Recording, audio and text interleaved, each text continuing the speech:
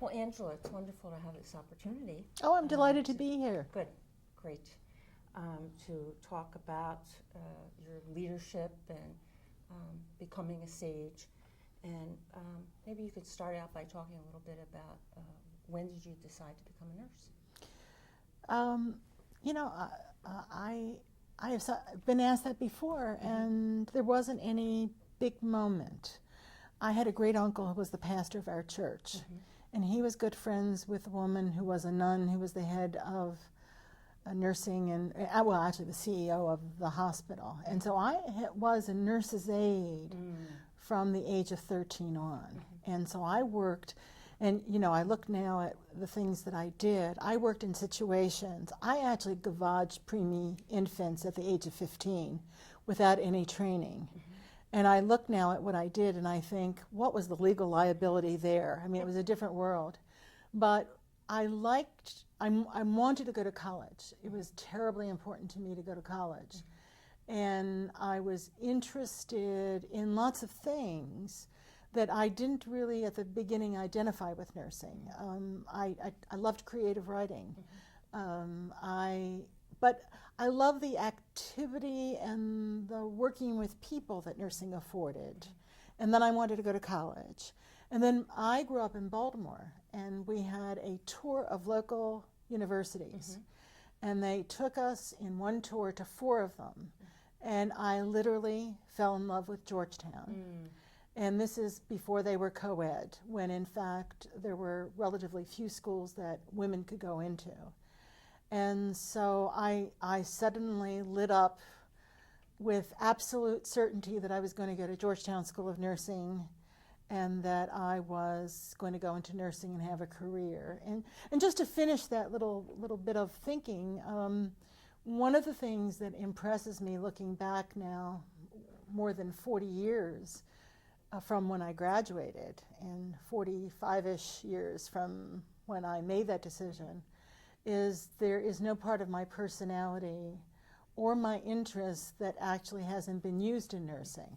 So that, in fact, I like to say to people, you know, if you're really thinking long and hard, don't think like of 1 or 2 things, because what for me is a selling point is, can you name a career? There are very few careers that you can name where you can say that over the course of 45 plus years, you have been able to do a little bit of everything that you ever thought you wanted to do and put it all together in one field. Wonderful. If the definition of a leader includes the concept of influencing the behavior of others, when did you realize that you were a leader in nursing and in healthcare? But, you know, I influenced people before I ever thought I was a leader. Leader is the kind of word where when people would use it, you would look to your side to see who was behind you, that the people they were really talking about. And so I think, and particularly since I really came of age in the 60s, we didn't like leaders. Even the people who were in leadership programs. I mean, I was the first nurse to be in the W.K. Kellogg National Fellowship Program for Leadership Development. And one of the things that was really a characteristic of our cohort, and it was a group of 40, and out of that 40, only 9 of us were women. None of us really wanted to be leaders in anything like a conventional sense. But to the extent it's influencing people, I mean, I would say that in grammar school, I was the person who, when there was a visiting dignitary and you had to give a speech, which the nun would have written, I was the one who gave that speech. And then I was engaged in lots of organizations. And I don't want to say I was the organization woman, because that wasn't really true. I loved writing, and I was the editor of the literary magazine for my high school. And I was very involved in the Catholic Youth Organization and became president. I actually was the first girl to be president of the local teen group, and then I went on to be vice president at the archdiocesan level. But I saw that as service at the time, not leadership. And then, you know, I was active in college, I was the first woman officer of Georgetown's Masking Bubble Theater Group. So when you look back, you can say those were acts of leadership. At the time, it was some combination of being engaged, wanting to be with people, and also pushing barriers, you know. The whole idea that the theater group had never had a woman officer made it more appealing to run for office, to see if you could be an officer. So I think the notion of leadership was very much a gradual. It's like when I had my first child and somebody talked about me as a mother, I sort of wanted to go around saying this kid's in trouble if I'm this kid's mother, because I didn't feel maternal yet. I mean, I didn't feel like, oh, this poor, I'm going to take care of this child. When they first say you're a leader, you sort of want out.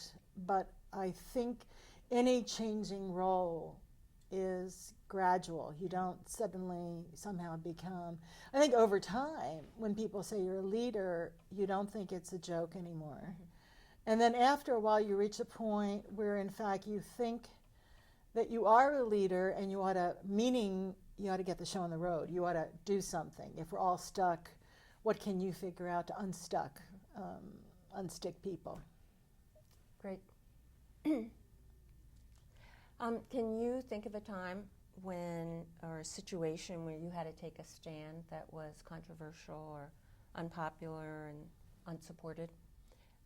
And then what was it about that situation that made you feel that you needed to speak out? The first example, and I think lots of times is the first time you really do something like that actually almost sets a tone. I was on the Yale faculty at the time that Yale went co-ed, which was at the end of the 60s and the beginning of the 70s. And I had been on the faculty full-time. I then went to part-time status when my first child was born in 67. And at the time that they went co-ed, I was working on a major, I ran a National Institute of Mental Health grant. And it was, I went half-time, 3/4 of the time, and then I went back to full-time. But it was a lovely job for being a new mom because it was focused work, but you didn't have to take on all the rest of the things that other people had to take on, like lots of committee service and what have you. I could do my work, and it counted, and it was meaningful, but I could set my hours also. But during that time, because Yale was going co-ed, they came out with a little booklet called She, and it was a listing for every unit of the university of the women who were on the faculty in the administration. The notion was, if Yale was going to go co-ed, you ought to see the female leadership. And I knew at the time that they were probably going to use it to really start putting more women into the college system, because Yale has a college system where all the undergraduates are embedded in the college and they have fellows. My husband was a fellow at one of the colleges. You get free lunches to visit with the students. And so that booklet was not just a listing, it was a listing to start using people. And they listed all the women of Yale. When they came to the School of Nursing, they listed the name of the dean, and then it said under that, for a complete listing of the School of Nursing, go to the School of Nursing, you go to the dean's office. And I was livid because it was sort of, what it felt like to me is if you've seen one, you've seen them all. They all do the same thing. So if you list the name of the dean, you don't have to list anyone else.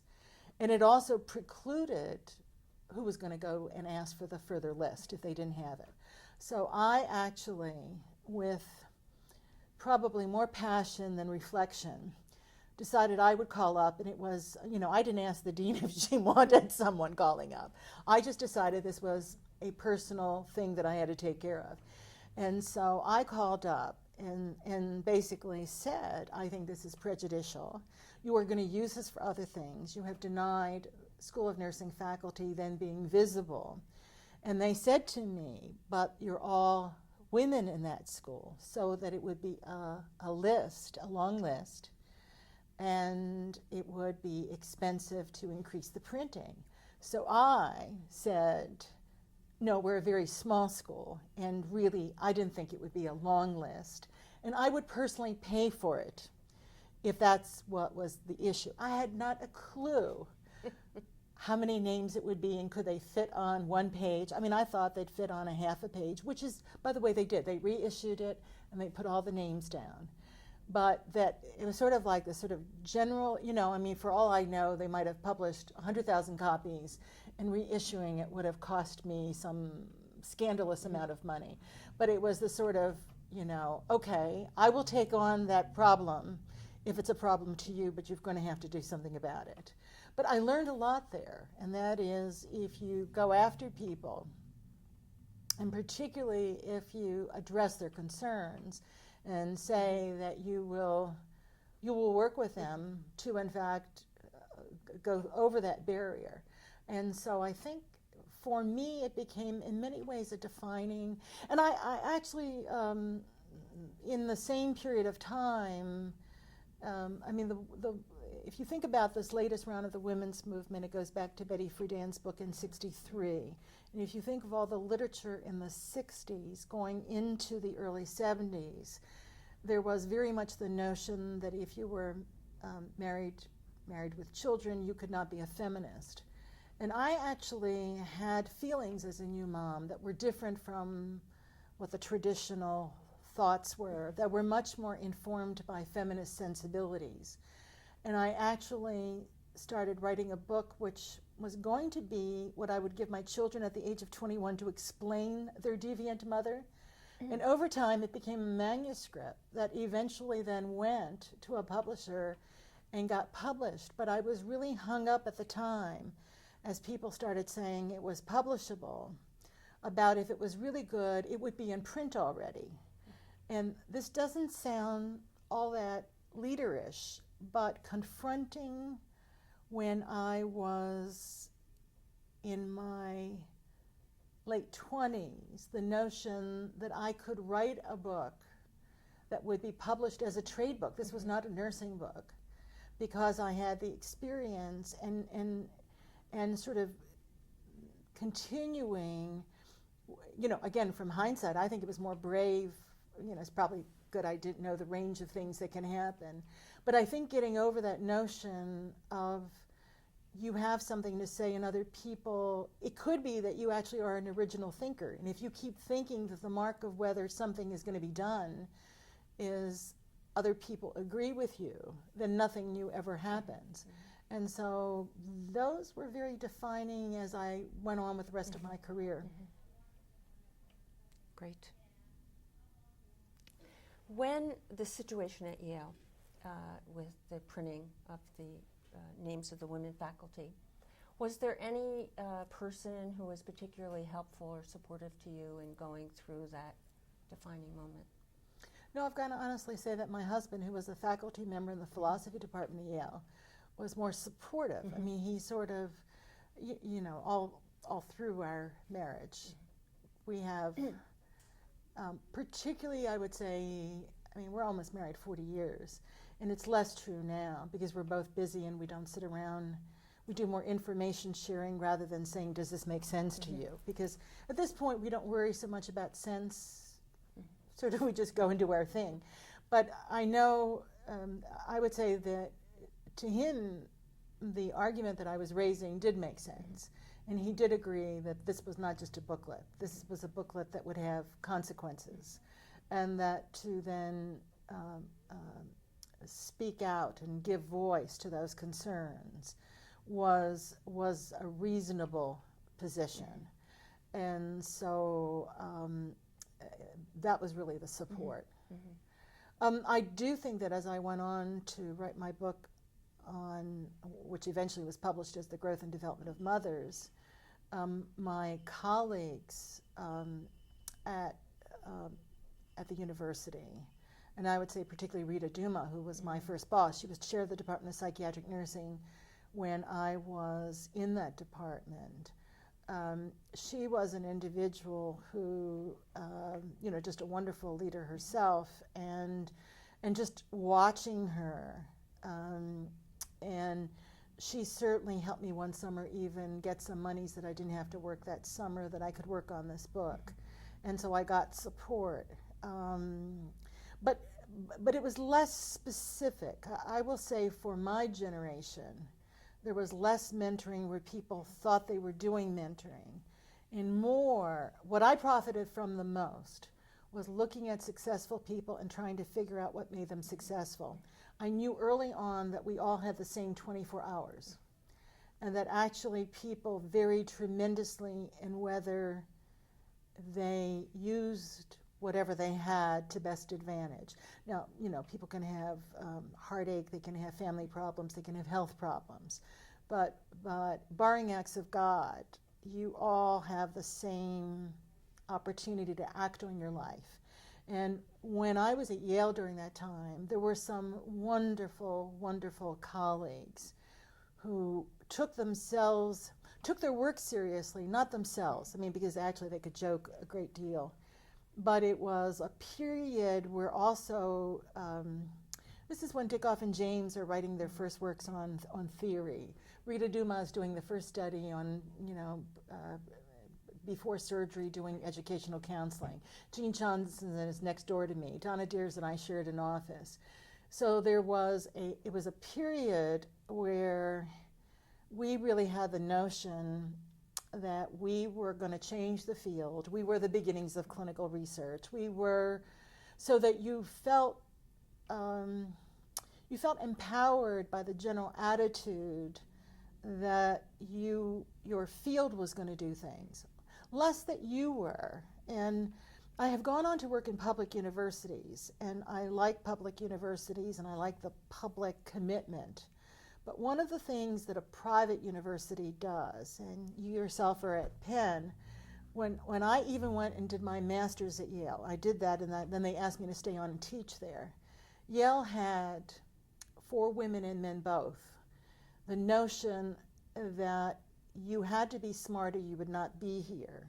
So they didn't sit around thinking a lot about whether they should have admitted you or not.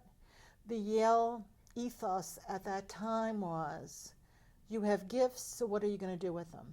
And I've always felt that that was a wonderful socialization. So you don't micromanage of whether, I'm not saying that you don't have standards and you don't judge people to see if they're competent, but for people who are generally good, the real issue is for them to feel empowered to go and do something with their gifts. And so if there was a mentoring spirit at that time, it was the spirit of the university, and it was the spirit of my colleagues, that we were going to move forward. And each of us wound up playing that out in a very different way professionally. But you had that notion. And it has been, I mean, I have then tried to sort of communicate that. I believe in that kind of approach so much that to me it has been very much then to take good people and to say, run with it. And even when I was dean, I used to say I would prefer a stylish failure than a humdrum success, because I don't think if you try things, you don't get anywhere really big. You can have you can do something safe, but with the world changing, you have to keep experimenting and try and respond. And there are times when you can get style points, even though it just frankly did not work out very well. But I think if you have that, most of the time, amazingly, things do work out. Great. What do you think is similar and different about being a leader today than 30 years ago? Why don't I take on the similar first? I think that there are some characteristics of leaders who, and I want to be very careful not to imply that you're born a leader. That can be learned. I think some people have more gifts and see things early on that are enduring qualities. I think interpersonal and communication skill is enduring. If you cannot make contact with people, if you cannot look them in the eyes and be warm with them, so that even if they don't agree with you, they feel a thread of connection. If you then can articulate, once you've got eye contact, that you can articulate at least what you care about, even if they're not partial in your direction, that they at least get what you're talking about. I think writing ability is very important, because I've seen a lot of people who are good talkers, but really to, in fact, put your ideas out there and get them under scrutiny, and to have the public debate that I think takes place when you do pure publications. So I think interpersonal and communication, at the heart, leadership is just dealing with people, different size groups, different individuals, in your field, outside of your field, people you can't stand that you really want to convert. But it's so interpersonal and communication effectiveness is right up there. I think self-knowledge.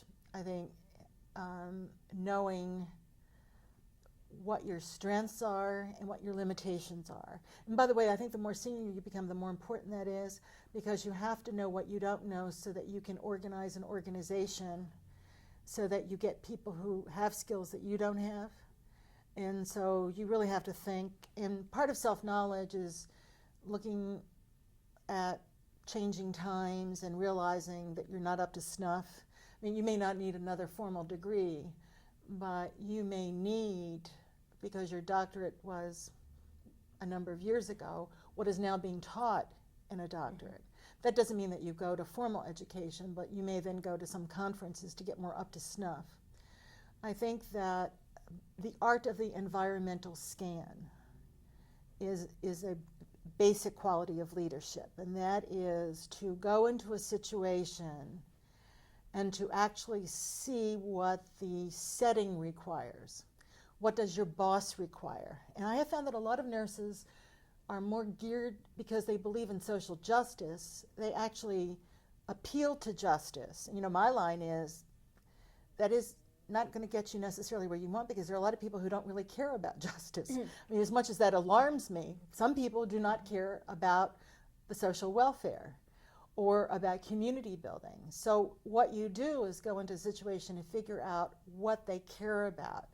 I've taught all of the years I was dean, I used to teach this course that was a research socialization course.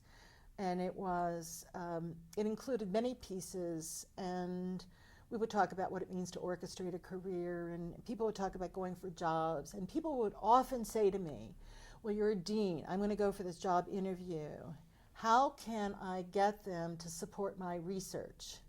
And I got really good at even baiting them in that direction, because I would then say, I'm going to glaze over when you ask me to support your research, because frankly, my dear, I don't really care that much about your research.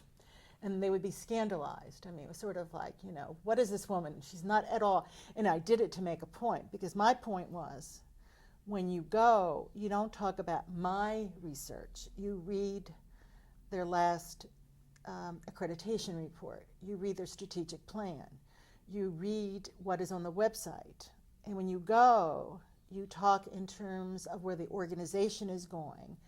And you talk about how what you could bring to bear fits, there's a good fit between person and place. And then you say, you know, I'm really excited, this school is going in this direction, and what resources do you have? I said, even cheap places, even frugal places, even places that think they're stony broke, will have resources to meet the institutional mission. And if you talk about it as my research, you seem more like just you're doing something that is not that connected to the larger community. And in this day and age, I don't think any of us can do things that are mine. Now, the reality is all of us want to orchestrate our own careers, and we want our own happiness, and we want our own success. What I'm really saying is you can actually achieve your own personal goals if you understand what your boss needs from you, if you understand what this agency of the government needs from nursing. Why do they put you on it? And get away from that notion that to find out what your boss needs is brown-nosing. That is not brown-nosing. That is being terribly savvy about how to represent what you want in such a way that it will be heard by the person. So I think those are all enduring qualities. Now, I think that things are different.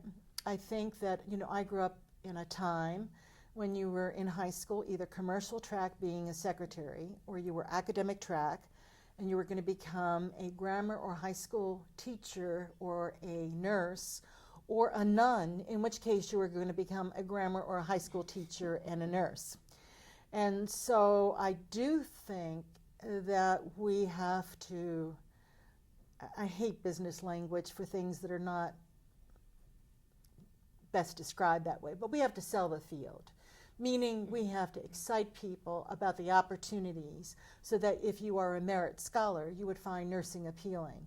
And I think our field got used to and thrived, throve, whatever the past tense would be, on bright women going into the field and really didn't pay attention to selling nursing to the full range of people who look like the American public.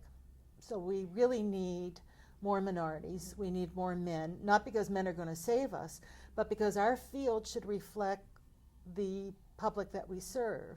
And so I think that that has changed. And I don't think any of us can get away from a responsibility both to recruit and then to do our fair share to retain people. I think that the other thing that has happened is that the amount of opportunities that are there now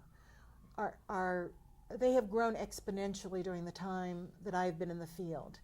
And so, as I say to undergraduates, when I used to do my little talk as dean, treat your undergraduate degree as learning a little bit about everything in nursing so you can figure out what's got your name on it. Because there are pieces I don't like, and I didn't plant myself there. And I love the notion that we're in a field that even if you get bored after 10 years, you'll find another opportunity. If you look at the range of settings, if you look at the range of functional opportunities, administration, research, teaching, policy kinds of things, the range of clinical disciplines, there are just so many opportunities. The other thing that is part of that is that I grew up thinking that if there were ultimate jobs, or if you had the best career that was humanly possible, you would end up as the dean of a school of nursing or the director of or vice president for nursing and patient services. So I thought always in terms of discipline-specific jobs. But the world has changed, and medicine and law have always known that an MD and a law degree were good preparation for the United States Senate. And I would say that things in our field have changed so that you have, when you do career counseling, even early on, you have to say to people that, particularly as I talk about what it means to orchestrate a career in nursing, in the back of your head, you have to think through, do you want to go beyond the discipline specific? Now, I don't think our field is thinking as much in that direction. We still sometimes do purity tests to see if you don't have the word nurse in your title, whether you're still a real nurse. And as Gloria Steinem said when she hit 50 and somebody said, you don't look like 50, and she said, this is what 50 looks like. People have said to me, like when I was dean, when did you used to be a real nurse? And my line back was, look at me, I'm a real nurse. And so what I'm doing is real nursing. And in fact, when you go into a field, if you become provost of a university, if you become like Shirley Chater, the Commissioner for Social Security Administration, you are informed by your sensibility in nursing. And you're just showing that there are always in society many jobs that don't belong to any one field. And one of the biggest opportunities now is that those opportunities are open to nurses too. It's terrific. So given that, what advice would you give to seniors in their nursing program today who will be graduating? This sounds fun, sort of funny, humorous. I would say the beginnings are awful. Mm-hmm. I always like to lower expectations when people start new things because sometimes we do so much. I actually make a very weird graduation speaker because I remind people that that first year in a new situation is going to be difficult. You know, even when you take a new job in a new community that gives you a lot more money and a lot more whatever you wanted, you still have to find a new supermarket to get your groceries at. You still have to find out where you go to vote. You still have to find out where you get your hair cut. And so when you leave schooling to take on a position, I would say do not have expectations, no matter what anybody said to you about leadership, that you will be able to feel like a leader or achieve even what you expect of yourself in that first year. So lower expectations. Understand that it's a transition time. I would say when you go into the field, and particularly if you have a horrendous job, and you say to yourself, I was never cut out to be a nurse, always separate out whether you don't like your situation, in which case you just replant yourself, or in fact whether the other's true. Because I've seen zillions of cases where people were terrific, and in fact sometimes they were so smart they didn't do well because they were sometimes smarter than the people in their environments and they got punished for it, that they actually concluded that nursing wasn't for them when they just weren't in the right position. And I think if you are a new graduate, understand that people will interview you, but you have got to go into the situation knowing you're in control, and you need to interview them. You want to interview them about, you know, people tend to think about salary and maybe vacation time. They don't think as much about what will you do to further my development. Tell me more about the professional development opportunities within the institution. Tell me about the multidisciplinary opportunities within the institution. Tell me if I'm going into service, how I can, do you have a governance system so that the voice of nursing service is heard? Not necessarily that I'm going to do this in the first year of a new job, but I want to know what the opportunities are. Tell me about whatever career ladders you have. So I think there are a whole host of issues, including what is your own policy when there are tensions across fields. I mean, I want to know more about the leadership and how people in this organization are, if in fact it's a community of learning, if in fact it is an institution where you're not just a cog in the wheel and a piece of meat, but they are, really mixing my metaphors there, but you're joining a commitment. You're joining a professional commitment to excellence. And then for our last question, what would you say has been the professional contribution you've made in nursing of which you're the most proud?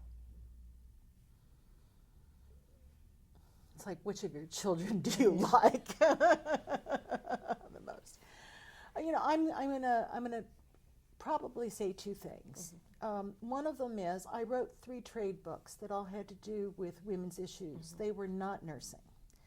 And what I'm proud of is that those 3 books got used in nursing, and they got used in family studies and generic programs. So I think what I did was to say that the nursing sensibility can be good in the general society to analyze some of the social issues of the day. And my first book was seen as one of the best books of the year by both the New York Times and the American Journal of Nursing. And actually, I'm very proud of that because it is that boundary spanning that I think is very important. And if anything, I have come to realize that the boundary spanning, I regard that as even more important with each passing decade than I did even before. I think really in nursing, probably the thing that I am proudest of is I was on Sigma Theta Tau International's board for 6 years. And during that time, when I first started and I was first vice president for programming, research was the add-on at the end of the conference. The next year, it was I thought it should be up front. So it then was a pre-conference. And then I pushed for what is now the scientific sessions. So that research during the 6 years I was on the board went from being the tail end to still an add-on, and now it's mainstream. You know, it's hard for me to believe, but when I first became president until I ended my presidency, we did not have the building, we did not even have the land, and we had not embarked on the fundraising drive. By the time I finished those 2 years, we had the building. The campaign was more than half completed, and in fact that was in '89, and the next biennium in '91 they burned the mortgage because the debt had been paid. And while we were building the building, I knew that when you had reporters even to come, you should not just have them see a building. You had to have something to show them about nursing. And so I was instrumental in getting an art display, photographs of nurses in the building. We created, this was 1989, a little booklet on 89 reasons to be a nurse, which was distributed that year. And then I pushed for, Carol Lindemann was president when they created the first strategic plan for Sigma, but I worked with people to create a document on actions for the 90s. And while the original strategic plan was a commitment to knowledge development, dissemination, and utilization, the action plan that I helped move added a fourth one, and that was resource development to do the other three.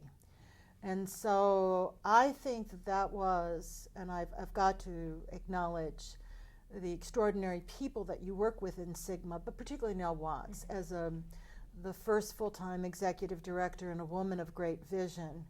But what was accomplished in those 2 years, neither I nor most other people will ever go that way again. And I thought what we set in place then was, you know, just in the Virginia Woolf, instead of a room of your own, a headquarters of your own, all of those things put together were really important for what would be the next round of development of that organization, but also of the field. Well, thank you so much for taking time out of this conference today to talk with us, and I know the many students who will view this video will be tremendously inspired. So, thank you. Great fun.